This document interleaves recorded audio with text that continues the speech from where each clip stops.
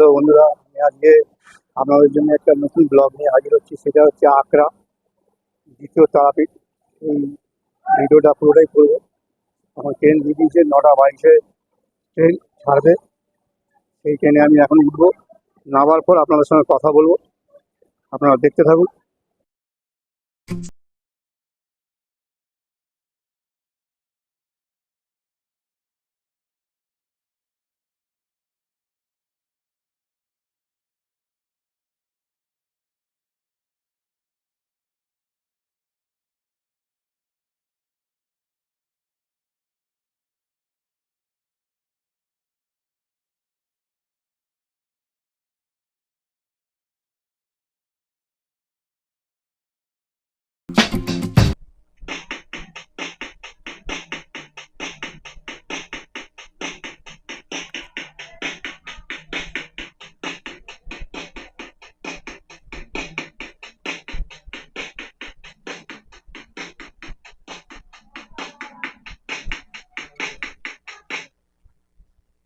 Hello বন্ধুরা, আপনারা যদি আগ্রা রেলওয়ে স্টেশনে আসতে চান তাহলে আপনাকে শিয়ালদা থেকে বজবজ লোকাল ধরে মাত্র 19 কিলোমিটার রাস্তা আগ্রা স্টেশনে আপনাকে নামতে হবে। নেবে আপনাকে বাইরে বেরিয়েই অটো কিংবা টোটো আছে, আপনাকে বলতে হবে আগ্রা তারা মায়ের মন্দির। আপনাকে ঠিক জায়গা মতো পৌঁছে দেবে। ভাড়া নেবে 15 টাকা।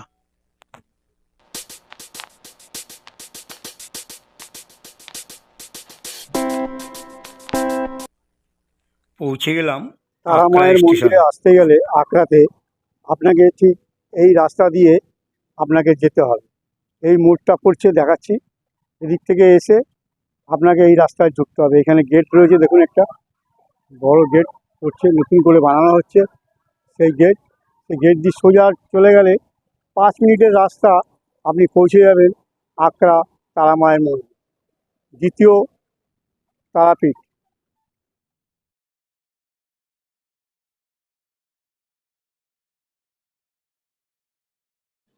দেখুন, রাস্তা দিয়ে যেতে যেতে দেখা যাচ্ছে তারা মায়ের মন্দির।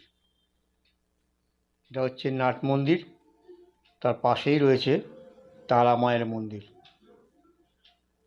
এই আপনারা দেখছেন তারা মায়ের মন্দির। অপূর্ব এই মন্দির, দেখবার মতো। খুব শান্ত পরিবেশ, নির্মল জায়গা, গঙ্গার ধারে অবস্থিত তারা মায়ের মন্দির, দ্বিতীয় তারাপীঠ।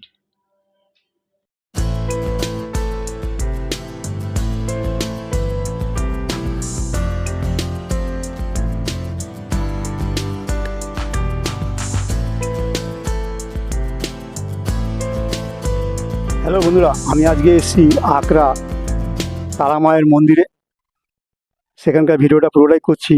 আর আমি আজকে এখানকার প্রেসিডেন্ট আর সহ সম্পাদক এনাদের পেয়েছি।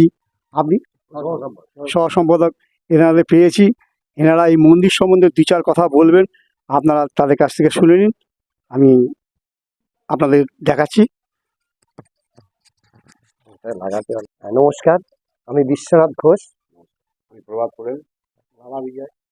হ্যাঁ, আপনারা শুনুন মন্দির সম্বন্ধে। আমি মন্দির সম্বন্ধে যেটা বলবো, এবং আমাদের এই মন্দিরটা 70 দশকের মন্দির। হ্যাঁ, 70 দশকে মন্দিরটা প্রথম স্থাপন হয় আমাদের এখানে। এটা আহ, তারামা ফুটঘর তারামা মন্দির, আগ্রা ফুটঘর তারামা মন্দির। এই মন্দিরটা কি গঙ্গার পাশেই, গঙ্গা তীরবর্তী উপরে অবস্থিত। এখানে আমাদের যে মন্দিরটা, মানে আহ, আগে যে যে অবস্থায় ছিল, মানে একটা গাছের তলায় মায়ের মূর্তি নিয়ে প্রতিষ্ঠা হয়েছিল। পরবর্তীকালে এলাকার কিছু লোক একটা মন্দির তৈরি করে সেই টালির ঘর দিয়ে। পরবর্তীকালে 2016 সালে আমরা এই বড় মন্দিরটা তৈরি করি।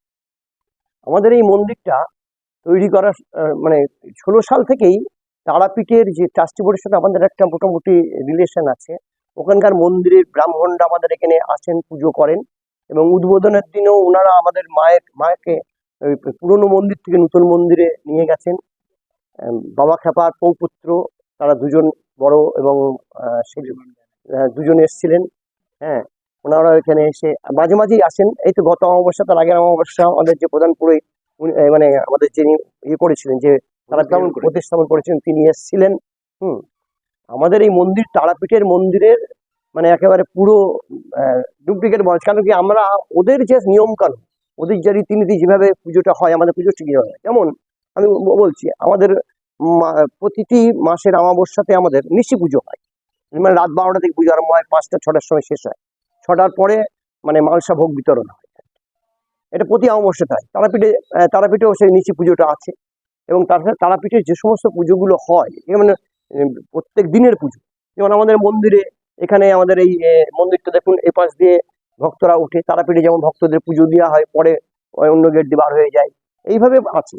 এখানে মায়ের ভোগ সম্বন্ধে বলতে গেলে, মা প্রত্যেকটা দিন সকালবেলা তাকে স্নান করিয়ে নূতন বস্ত্র প্রত্যেক দিনই পরানো হয়।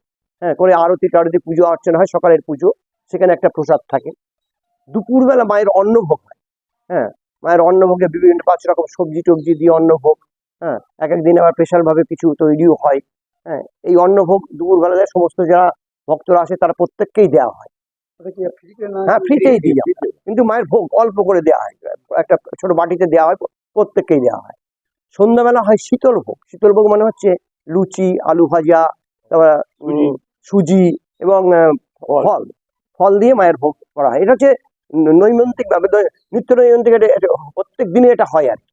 কিন্তু বিশেষ বিশেষ ক্ষেত্রে, যেমন আমাদের তারা এই মন্দিরের বাৎসরিক পুজো, মানে যেটা আপনারা কালী পুজো বলছেন, আমরা বলি মা তারা মায়ের বাৎসরিক পুজো, কৌশিক অমাবস্যা। এবং আমাদের এই 16 সালে যে মন্দিরটা প্রতিষ্ঠা হয়েছিল 4th মে, এই 4th মের অনুষ্ঠান এখানে খুব মহা পালন করা হয়। প্রচুর ভক্ত এখানে আসেন। তাছাড়া আমাদের মায়ের একটা নাম আছে, লোকের মুখে অনেক আছে, মা খুব নাকি সজাগ। যার ফলে এখান থেকে সাউথ কলকাতার থেকে, মানে আপনি এই অঞ্চলটা হচ্ছে আমার মহেশতলা অঞ্চল, কিন্তু সাউথ কলকাতার টোটাল অঞ্চলের লোকই আমাদের এই ফেস্টিভ্যালগুলো জয়েন করে। মানে যার ফলে ওখানে আমাদের মন্দিরটা আপনি দেখবেন, রাস্তাগুলো দেখাবেন, মাঠগুলো দেখাবেন, দেখলেই বুঝতে পারবেন কত গঙ্গার ধারে। এখানে এখানে এই গঙ্গার ধারে এখানে পিকনিক স্পট আছে। হ্যাঁ, এবারে গত নভেম্বর, ডিসেম্বর, জানুয়ারিতে প্রচুর লোক পিকনিকে এসছে, প্রচুর অফিস এসছে। ডালহৌসি বলুন, সেক্টর 5 বলুন, যাদবপুর থেকে বিভিন্ন জায়গার সব অফিস গুলোতে আসেই। তাছাড়াও বিভিন্ন ফ্যামিলির লোক নিয়ে ওখানে পিকনিক করতে আসে। তাছাড়াও এখানে আপনারা যে ওই যে জি বাংলা বা স্টার জলসা যে সিরিয়ালগুলো দেখেন না, সমস্ত সিরিয়ালগুলোর কিছু না কিছু শুটিং এখানে হয়। মাসে 3-4টে করে শুটিং হয় এখানে। হ্যাঁ, এখানে শুটিং হয়, এখানে প্রত্যেকেই আসে। এই তো 2 দিন আগেও হয়ে গেল, আবার কদিন পরেই হবে। মানে মাসে আমরা 3-4টে শুটিং মানে এখানে করে। এই জায়গাটা নিয়ে ওদের খুব বেশি পছন্দ না। এবং সমস্ত সিরিয়ালগুলোর শুটিং কিছু কিছু আপনি পাবেন, যারা দেখেন তারা এই মন্দিরটাকে দেখতে পাবেন। এটার ব্যাপার আছে। আমাদের এখানে মন্দিরে মায়ের মন্দির ছাড়াও লোকনাথ মন্দির, শনির মন্দির, মনসা মন্দির, শিব মন্দির এবং কৃষ্ণ মন্দির আছে। নবগ্রহ মন্দির, শনি মন্দির, নবগ্রহ মন্দির, আর কৃষ্ণ মন্দির, শিব মন্দির, ওগুলো আছে। এখানে বিভিন্ন অনুষ্ঠানে, সেই সমস্ত ঠাকুরের বিভিন্ন অনুষ্ঠানে সেগুলো পালন করা হয়, মহোৎসবই পালন করা হয়। এটা একটা ব্যাপার। এবারে মন্দিরের যে ঠিক রাস্তা ঢোকার আগে একটা ভিটা আছে, ওটাকে আমরা বলি বামদেব ভিটা।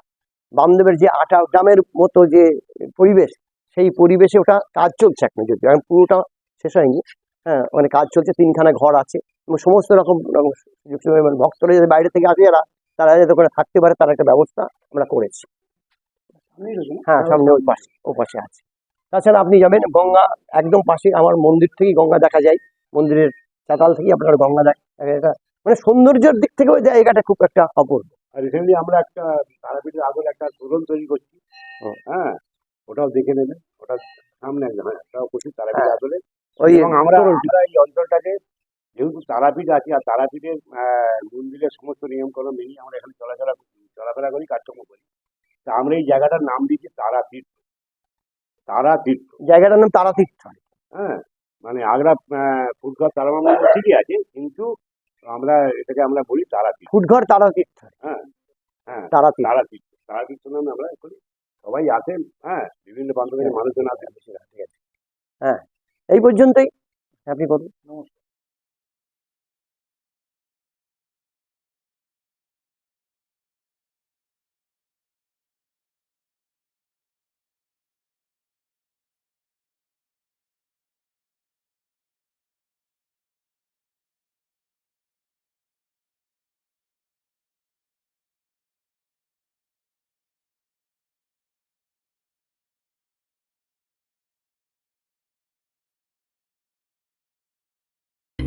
ভাগীরথী গঙ্গার পাশ দিয়ে একটা ক্যানেল চলে গেছে, মানে খাল আর কি।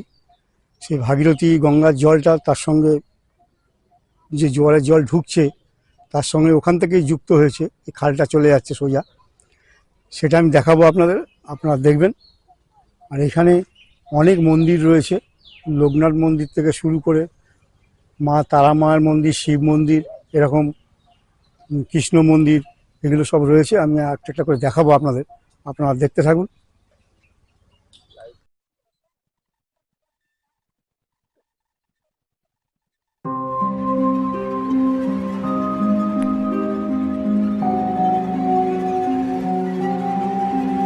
এখানেই গঙ্গার সঙ্গে এখানে রয়েছে ক্যানেলটা লোকনাথ যুক্ত মন্দির, হয়েছে, দেখুন এই আমি মুখ দেখাচ্ছি থেকে আপনাদের। ঢুকে গেছে।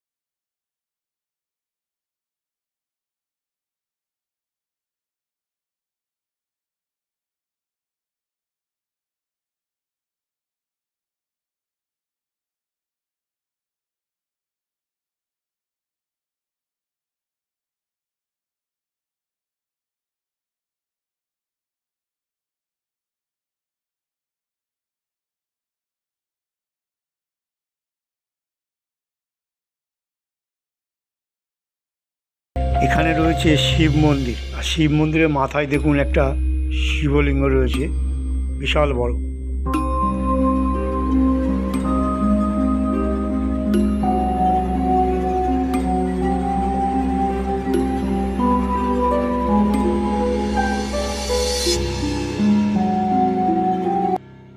আপনারা দেখছেন শিব মন্দির, শিব গৌরী দুজনে রয়েছে একসাথে, খুব সুন্দর, অপূর্ব, দেখবার মতো। এর পাশে রয়েছে শনিদেবের মন্দির।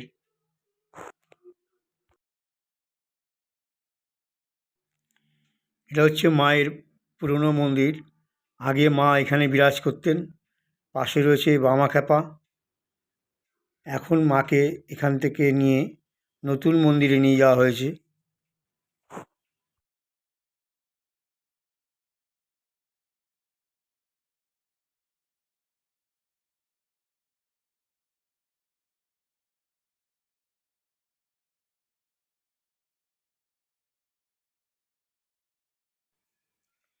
এখানে রয়েছে কৃষ্ণ মন্দির, আপনারা দেখছেন।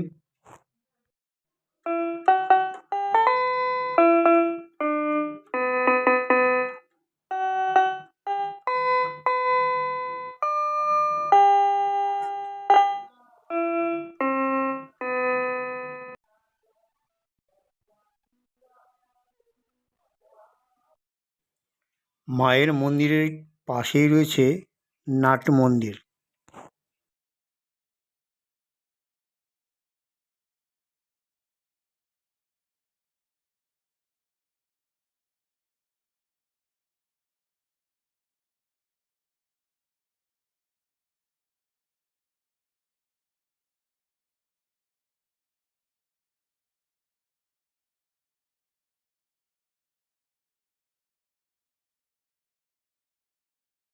নমস্কার।